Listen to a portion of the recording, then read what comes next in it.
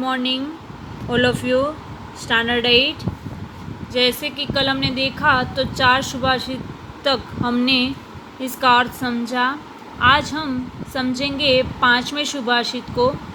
5वां सुभाषित है विहाय पौरुषम यो हि देवमेवावलंब्यते प्रासाद सिंहवत तस्य मूर्धि न तिष्ठन्ति वायसाः।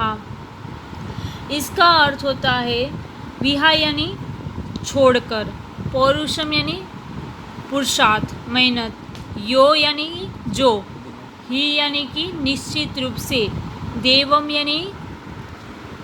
यानी नसीब, अवलंब्यते यानी आधार रखना। तो क्या कहा है कि जो व्यक्ति, यो यानी जो व्यक्ति है वो पुरुषार्थ को छोड़कर सिर्फ देवम यानी कि नसीब पर आधार रखता है, नसीब पर आधारित रहता है, उसकी स्थिति, तस्य यानी उसकी, तस्य यानी उसकी, प्रासाद यानी कि महल, सिंहवत यानी सिंह की माफक, मूर्धि यानी सिर पर, तिष्ठन्ति यानी बैठना, वायसा यानी कौवे। जो व्यक्ति पुरुषार्थ को त्याग कर, छोड़कर सिर्फ नसीब पर आधार रखता है, उसकी स्थिति, तस्य यानी उसकी स्थिति, उस व्यक्ति की स्थिति जो सिर्फ नसीब पर आधार रखता है, उस व्यक्ति की स्थिति प्रासाद सिंहवत यानी महल, प्रासाद यानी महल में महल में बने हुए सिंह की माफक, सिंहवत यानी सिंह की माफक, सिर पर बैठने वाले कौवे, सिर पर कौवे बैठते हैं। जैसे प्रासाद महल में बैठे हुए सिंह, जो बने हुए सिंह होते हैं, उसके सिर पर कौवे बैठते हैं, उस सिंह की तरह उसकी स्थिति हो जाती है उस व्यक्ति की जो पुरुषार्थ को त्याग कर सिर्फ नसीब पर आधार रखता है उसकी। तो यहाँ पे पुरुषार्थ का महत्व समझाया है कि हमें पुरुषार्थ करना चाहिए, सिर्फ नसीब पर आधार नहीं रखना चाहिए, वरना हमारी कोई वैल्यू होती नहीं है। अब नेक्स्ट है 6th वाला।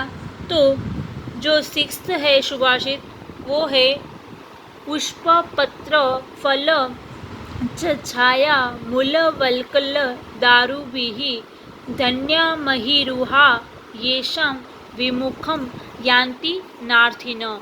यानी कि यहाँ पे क्या कहा है, तो पुष्प यानी फूल, पत्र यानी कि पत्ते, फल, छाया जो वृक्ष की छाया होती है वो, वृक्ष के मूल होते हैं वो, वल्कल यानी कि छाल, वृक्ष की जो छाल होती है वो, दारू भी यानी वृक्ष की जो लकड़ियाँ होती है वो, धन्यः महिरुहा, धन्य यानी धन्य, महिरुहा यानी वृक्ष, येषाम यानी कि जिसका, विमुखम यानी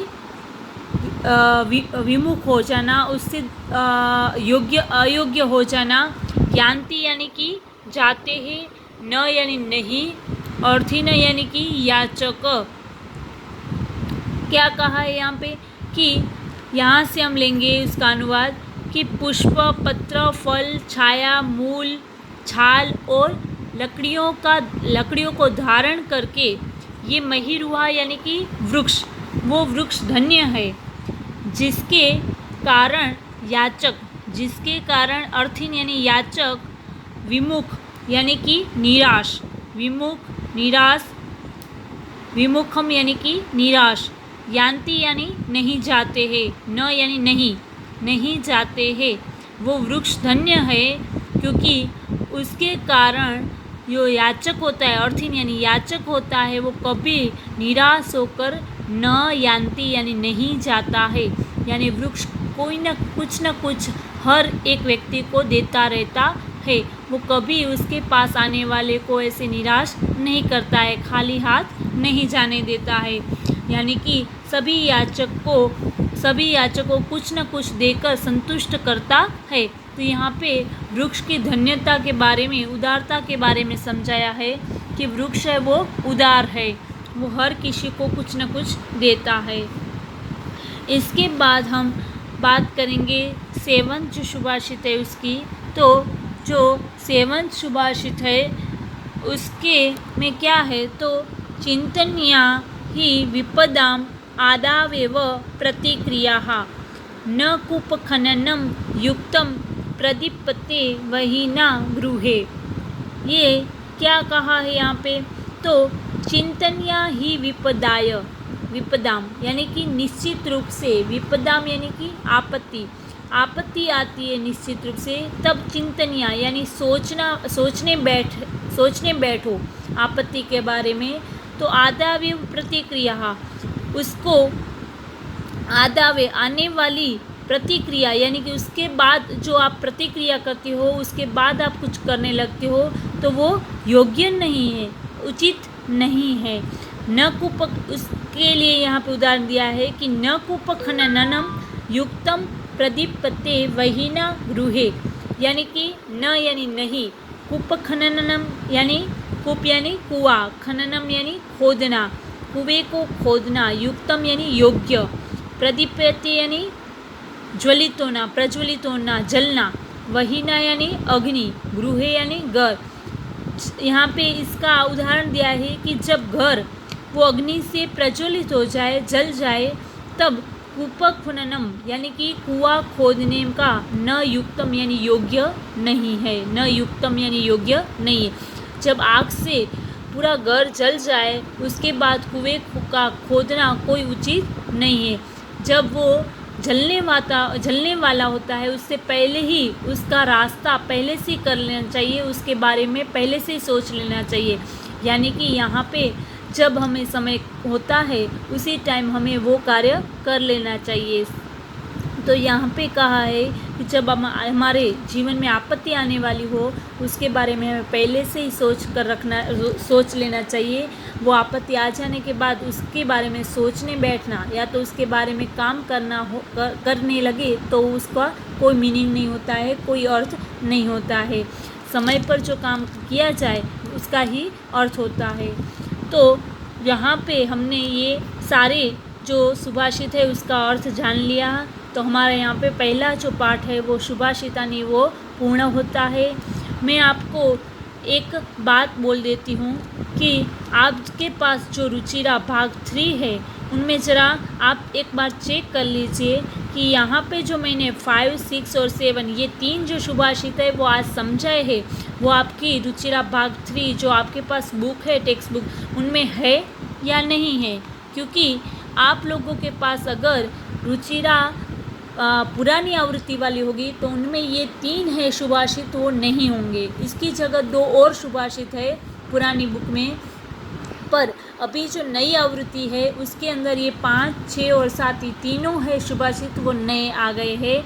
तो आप लोगों को ये एक बार चेक कर लेना है। अगर आपके पास वो नहीं है तो आपको चेंज कर लेनी है आपकी बुक, यानी रुचिरा भाग 3 टेक्स्ट बुक, क्योंकि ये पुरानी आवृत्ति नहीं चलेगी। क्योंकि इनके अंदर ये 3 सुभाषित नहीं, और भी कहीं 3 या 4 जितने लेसन है वो चेंज हो गए, यानी कि पूरे के पूरे चेंज हो गए। तो आप लोगों को पास अगर पुरानी बुक होगी, पुरानी आवृत्ति वाली जो अगर बुक होगी, तो उनके अंदर ये लेसन नहीं होंगे, तो हम ये लेसन का अभ्यास फिर नहीं कर पाएंगे। इससे अच्छा है कि अभी से ही आप अपनी बुक चेक कर लो। अगर आपके पास पुरानी आवृत्ति है तो आप चेंज करके नई आवृत्ति खरीद लेना। तो चलो हम इसके बाद इसके शब्दार्थ देखते हैं। शब्दार्थ हम एक बार यहाँ पे रीड कर लेते हैं। आप भी मेरे साथ इसको बोलेंगे, मैं जब बोलूँ तब आप भी मेरे साथ बोलिए, ताकि आपको पता चले कि इसका उच्चारण कैसे होगा। गुणग्नेषु गुणियों में सुस्वादु तोयाः स्वादिष्ट जल प्रभवंती निकलती है, उत्पन्न होती है।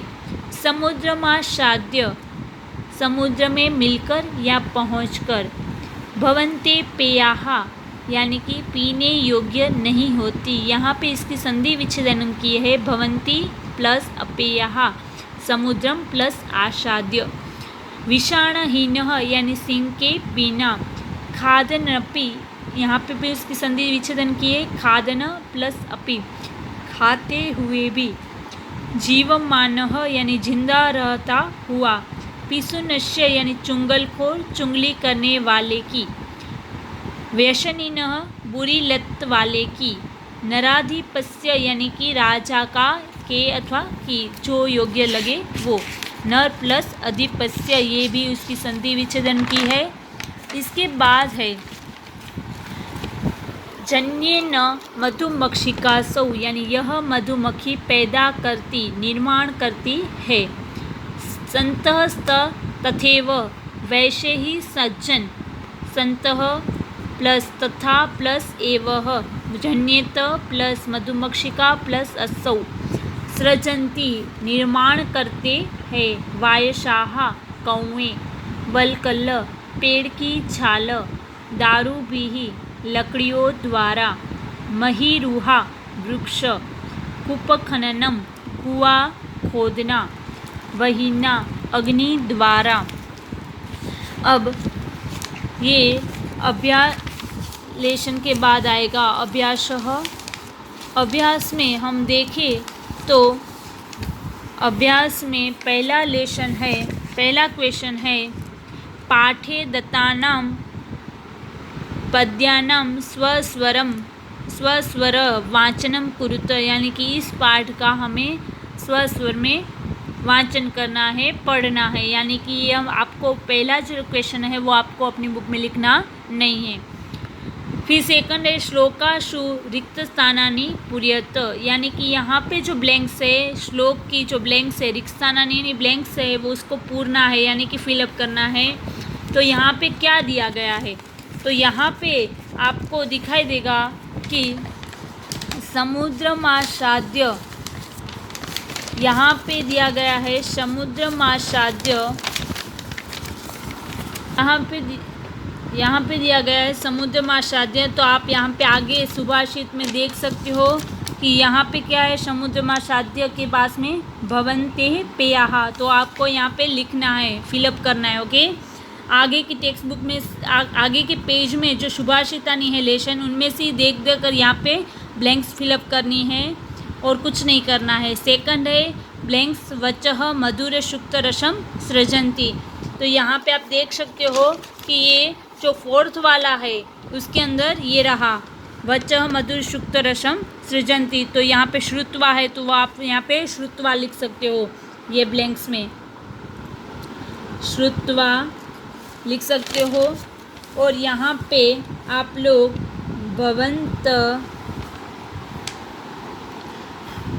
भवन्त्य पेयाः। फिर है तद भागे देयम ब्लैंक्स पशुनाम, तो क्या आएगा यहाँ पे तद भागे देयम, तो ये रहा सेकंड वाला सुभाषित। इनमें बीच में क्या आएगा, परम, तो यहाँ पे हम लिखेंगे परम। विद्याफलम यानी विद्याफलम, ये क्या होगा, विद्याफलम का बीच में व्यसनिन, तो यहाँ पे हमें क्या लिखेंगे, व्यसनिन।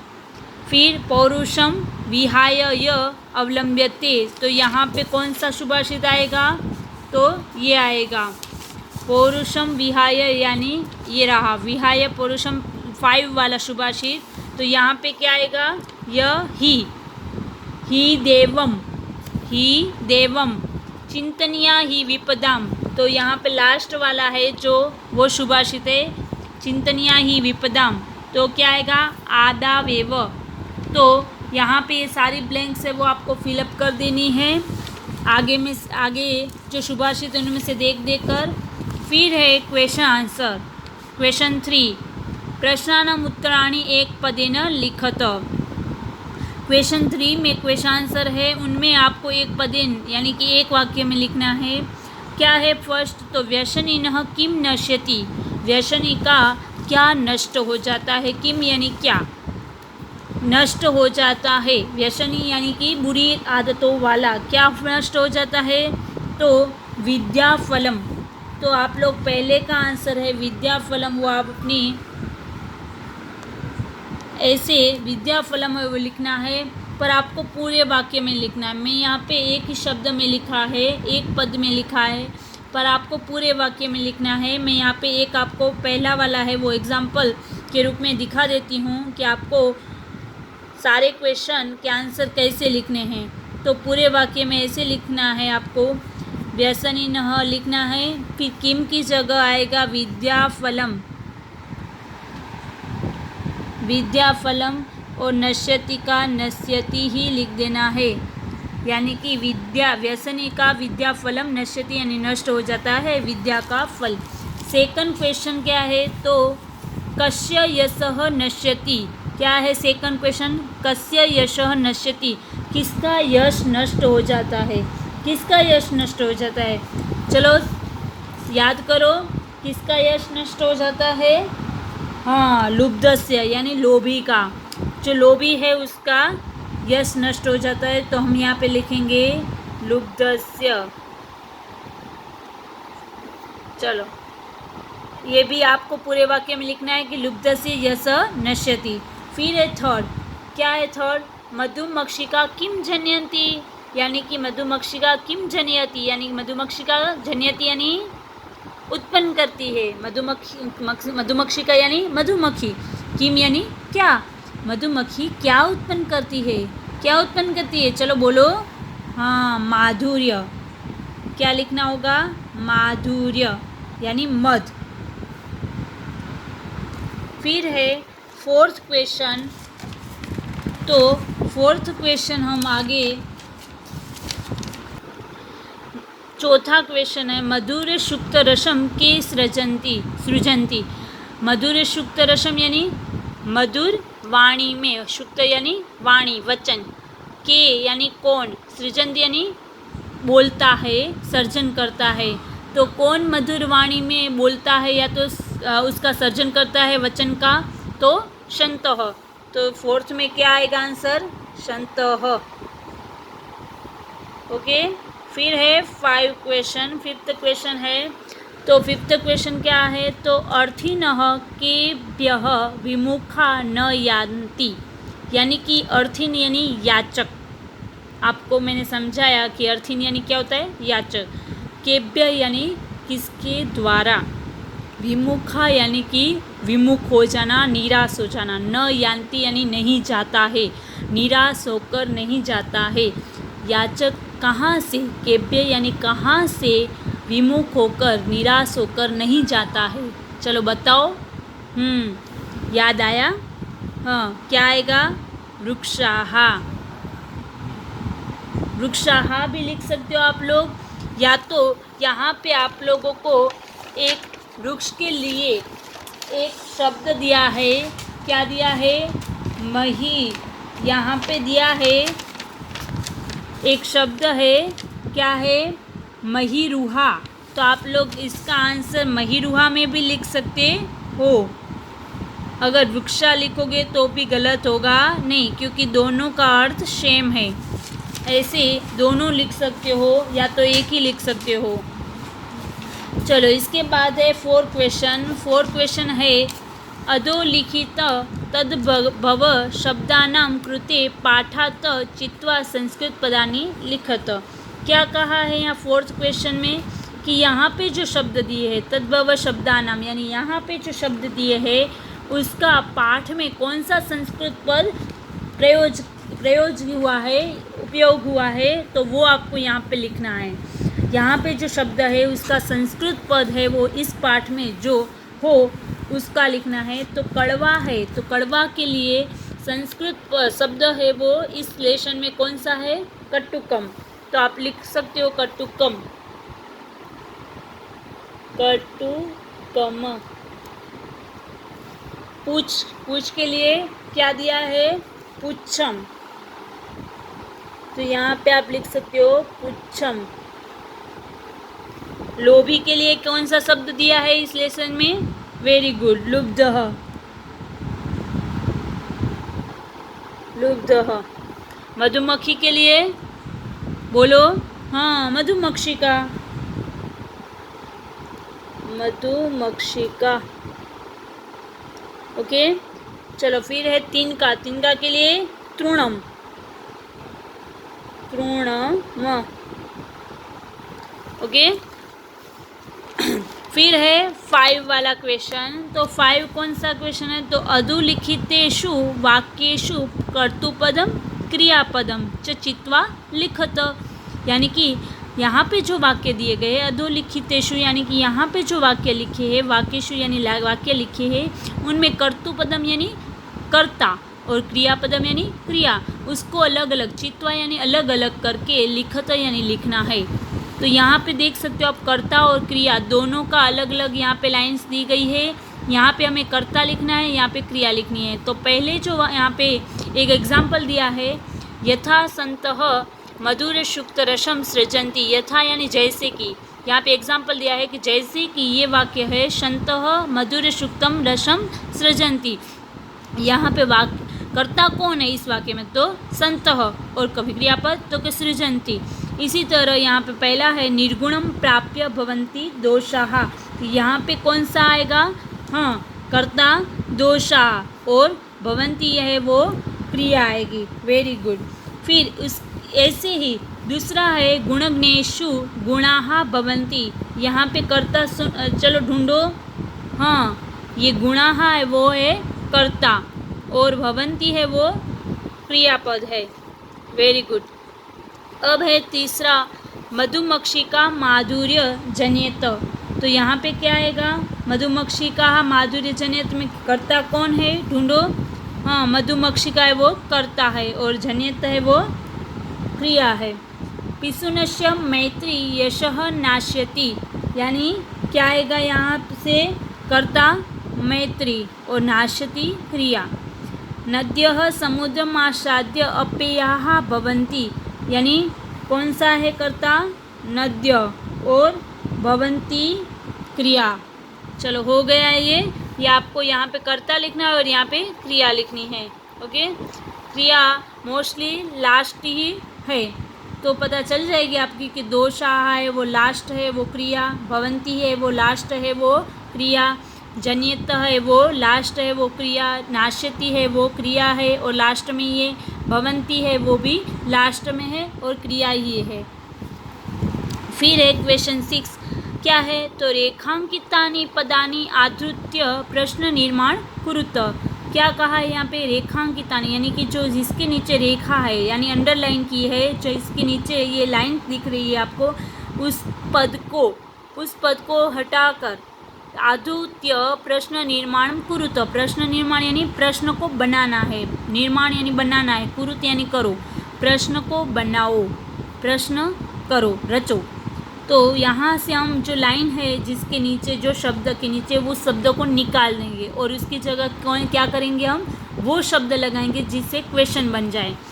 तो यहाँ पे आप लोगों को हमने 7th में भी ऐसा प्रश्न निर्माण किया है, हमने प्रश्न बनाए हैं। तो यहाँ पे यही क्वेश्चन है, ऐसे ही है बनाना है आपको।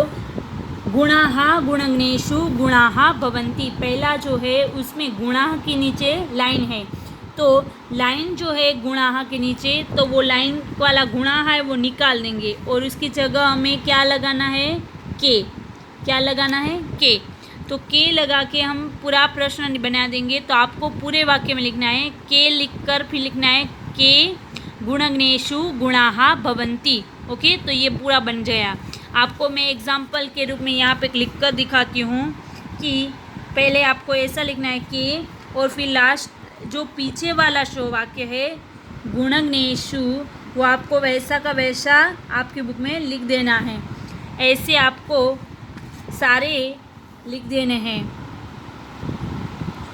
ये आपने देख लिया तो आपको पता चल गया होगा कि हमें ये सारे है वो प्रश्न निर्माण कैसे बनाने हैं।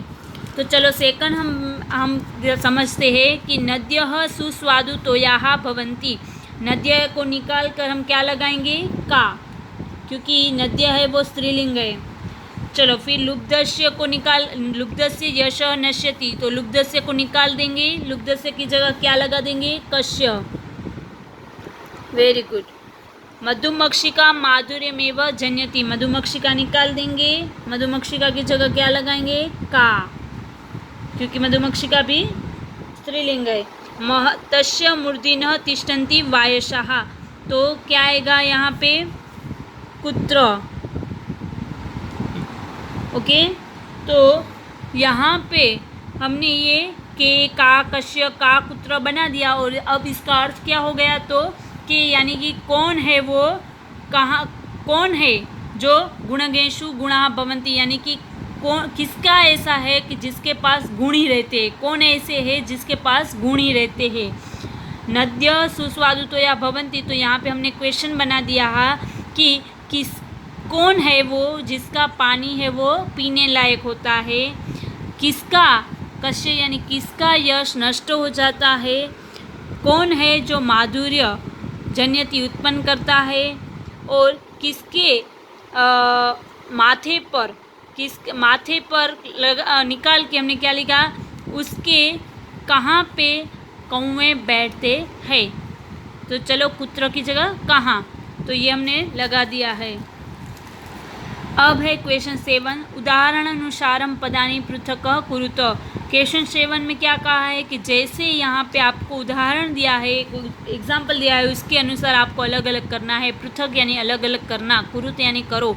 समुद्रम प्लस आसाद्य, यहाँ पे समुद्रम आसाद्य पूरा दिया है शब्द, उसको आपको अलग कर देना है, यानी संधि विच्छेदन करनी है। तो हम करते जाएंगे। सेकंड है माधुर्यमेव, यानी कि दूसरा में माधुर्यमेव में क्या लिखेंगे, माधुर्यम प्लस एव,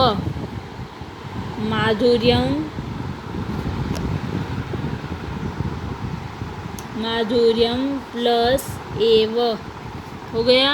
अल्पमेव यानी अल्पम प्लस एव, अल्पम प्लस एव। फिर सर्वमेव यानी सर्वम प्लस एव, सर्वम प्लस एव। देवमेव यानी कि देवम प्लस एव। महात्मा नाम मुक्ति, तो क्या होगा, महात्मा नाम प्लस मुक्ति ही। और विपदा मावेव यानी कि क्या होगा, विपदा म प्लस एव, ऐसे हो जाएगा। तो आप लोग यहाँ पे देख सकते हो। तो आपको इनमें से कौन से क्वेश्चन आपको CW में लिखना है, तो आज के होमवर्क में आप लोगों को मैं टिक करवा देती हूँ। तो आपको मैं टिक करके नीचे होमवर्क में आप लिख सकते हो कि सेकंड क्वेश्चन है वो यहाँ पे जो आपको ब्लैंक्स है वो आपको लिखने की ज़रूरत नहीं, यानी कि आपको थर्ड लिखना है, क्वेश्चन 3 लिखना है CW में आज के होमवर्क में, क्वेश्चन 4 लिखना है, क्वेश्चन 5 लिखना है, क्वेश्चन 6 लिखना है और क्वेश्चन 7 लिखना है। यानी कि फर्स्ट और सेकंड नहीं लिखना है। उसके बाद वाले जितने क्वेश्चन हैं वो आपको अपनी CW में लिख देना है। फिर भी आप अपनी बुक में नोट कर लीजिए ताकि भूल ना जाओ। होमवर्क में CW बुक में